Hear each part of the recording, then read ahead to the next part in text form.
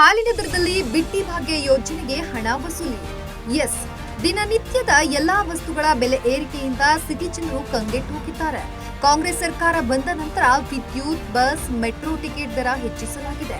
ಇದರ ಜೊತೆಗೆ Kaveri water bill ಸೇರಿದಂತೆ ಹಾಲಿನ ದರವನ್ನು ಕೂಡ ಹೆಚ್ಚಾಗುವ ಸಾಧ್ಯತೆ ಇದ್ದು ಸಿಲಿಕಾನ್ ಸಿಟಿ ಜನರು ಬದುಕುವುದೇ ಕಷ್ಟವಾಗಲಿದೆ.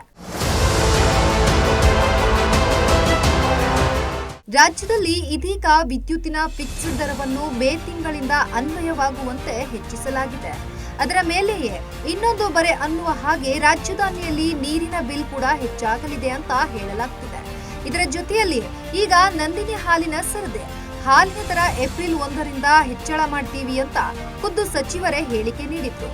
ಸದ್ಯ ಕಾಂಗ್ರೆಸ್ ಸರ್ಕಾರದ ಗ್ಯಾರಂಟಿ ಯೋಜನೆಗಳನ್ನ ಜಾರಿಗೆ ತರಬೇಕಾದ್ರೆ ಹಣದ ಕೊರತೆ ಇದ್ದು ಗ್ರಾಹಕರ ಮೇಲೆ ಒಂದೊಂದಾಗಿಯೇ ಬೆಲೆ ಏರಿಕೆಯ ಸುಳಿವು ನೀಡುತ್ತಿದ್ದಾರೆ.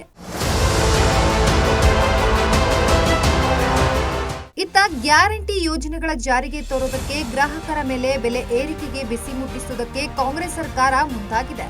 ಪ್ರತಿ ಲೀಟರ್ ನಂದಿನಿ ಹಾಲಿಗೆ 5 ರೂಪಾಯಿ ಹೆಚ್ಚಳಕ್ಕೆ ಒಕ್ಕೂಟ ಈಗಾಗಲೇ ಸರ್ಕಾರಕ್ಕೆ ಪ್ರಸ್ತಾವನೆ ಸಲ್ಲಿಸಿದೆ.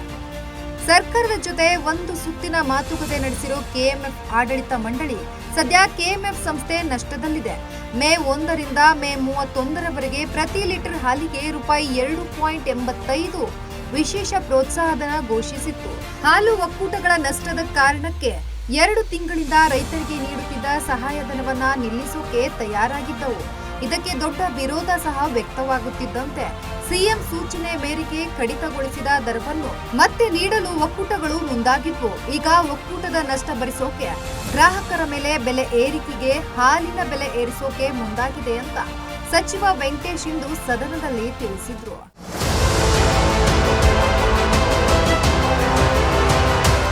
ಒಟ್ಟಿನಲ್ಲಿ ಒಂದಿಲ್ಲೊಂದು ವಿಧದಲ್ಲಿ ಬೆಲೆ ಏರಿಕೆಯಿಂದ ಕಂಗೆಟ್ಟಿರುವ ಸಿಟಿ ಜನರಿಗೆ ಮತ್ತೆ ವಾಟರ್ ಮಿಲ್ಕ್ ಶಾಕ್ ಎದುರಾಗುವ ಎಲ್ಲಾ ಲಕ್ಷಣಗಳು ಕಾಣಿಸ್ತಿವೆ. ಕನ್ನಡಿಗರ ಮನೆ ಮಾತಾಗಿರುವ ನಂದಿನಿಯನ್ನು ಉದ್ಧಾರ ಮಾಡೋಕೆ ಕೈ ಸರ್ಕಾರ ಹೇಗೆ ಕಾರ್ಯನಿರ್ವಹಿಸುತ್ತೆ, ಗ್ರಾಹಕರಿಗೆ ಯಾವ ರೀತಿ ನ್ಯಾಯ ನೀಡುತ್ತೋ ಅನ್ನೋದು ಕಾದ್ ನೋಡಬೇಕಾಗಿದೆ.